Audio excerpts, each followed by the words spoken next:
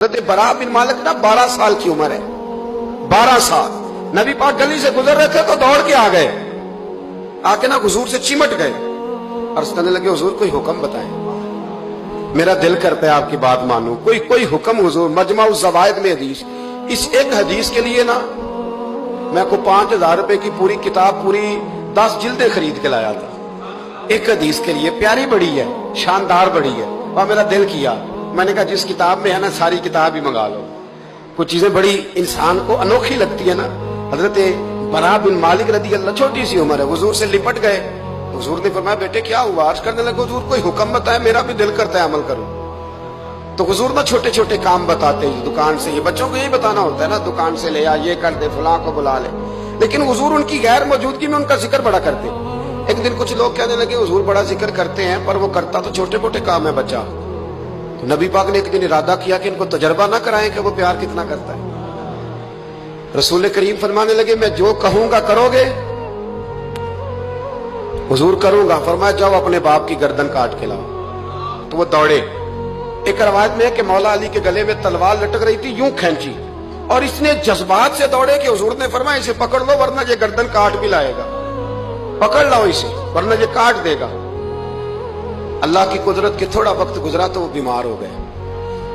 دن میں 2 مرتبہ میرے نبی پاک تیمارداری کرنے جاتے۔ ایک شام رسول کریم تشریف لے گئے تو حضور سرانے بیٹھے، ماتھے پہ ہاتھ رکھا تو کریم محبوب ان کے باپ کی طرف کان میں کچھ کہا ان کے والد سے، حضور ہونے لگے، اور پھر حضور نے دوبارہ ماتھا چوما، پیار کیا اور چلے گئے۔ حضرت برا بن مالک چھوٹی عمر تھی، کچھ نے لکھا طلحہ بن برا نام تھا ان کا۔ تو حضرت طلحہ بن برا نا اپنے ابا کو قریب بلایا اور چارپائی میں بٹھایا، کہنے لگے ابا جی حضور کیا فرما گئے؟ کہا بیٹا تیرے والی بات نہیں۔ کہا نہیں بتائیے۔ کہا نبی کریم علیہ السلام نے فرمایا کہ شام کو نا میرے طلحہ کا انتقال ہو جائے گا، اور جب اس کی روح پرواز کر جائے تو مجھے خبر کرنا، میں آ کے جنازہ پڑھاؤں۔ ٹھنڈ بڑی تھی مدینے میں، ٹھنڈ بڑی تھی۔ حضرت طلحہ نے نا اپنے باپ کا ہاتھ پکڑا اور اپنے سینے پہ رکھا، کہنے لگے ابا حضور تو جو فرما گئے پر میری وصیت یاد رکھنا، نبی پاک کے دین کا قانون یہ ہے کہ جب کوئی انتقال کر دے تو جلدی دفن کرو، اس طرح کرنا رات کا وقت ہوگا، جب میرا انتقال ہوگا تو فوراً غسل دے کے نا دفن کر دینا، نبی پاک کو خبر نہ کرنا، نہ بتانا۔ عمر دیکھو اور بات دیکھو۔ کہا حضور کو کیوں نہیں بتانا؟ حضور خود فرما کے گئے ہیں۔ تو کہنے لگے رات کا وقت ہوگا تو جن گلیوں سے حضور نے گزر کے آنا ہے نا وہ یہودیوں کے محلے ہیں، ایسا نہ ہو کہ میرے جنازے کی وجہ سے کوئی یہودی میرے نبی کو تکلیف دے دے، میرے جنازے کی وجہ سے، جنازے کی وجہ۔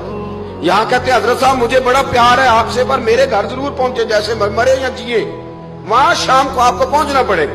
میرے رسول کریم علیہ السلام کے غلاموں نے دیکھو انداز محبت کیا بیان فرمایا، کہا نبی پاک کو تکلیف نہ ہو میری وجہ سے، میرا جنازہ خود ہی پڑھ کے مجھے دفن کر دینا۔ ان کا انتقال ہو گیا، رات کو دفن کر دیا، صبح حضور تشریف لائے، وہ محبوب جنہیں اللہ نے غیب کے خزانوں کی کنجیاں عطا فرمائی۔ فرمایا بتایا کیوں نہیں؟ مجھے بتاتے میں خود جنازہ پڑھتا، میں خود نہ قبر میری تے میرے اپیرا جے کر پاوے پھیرا، قبر دے اندروں ہڈیاں اٹھ کے مجرا کر سن تیرا۔ کہا بتایا کیوں نہیں، خبر کیوں نہیں کی؟ میں جنازہ پڑھتا، میں خود پہنچتا۔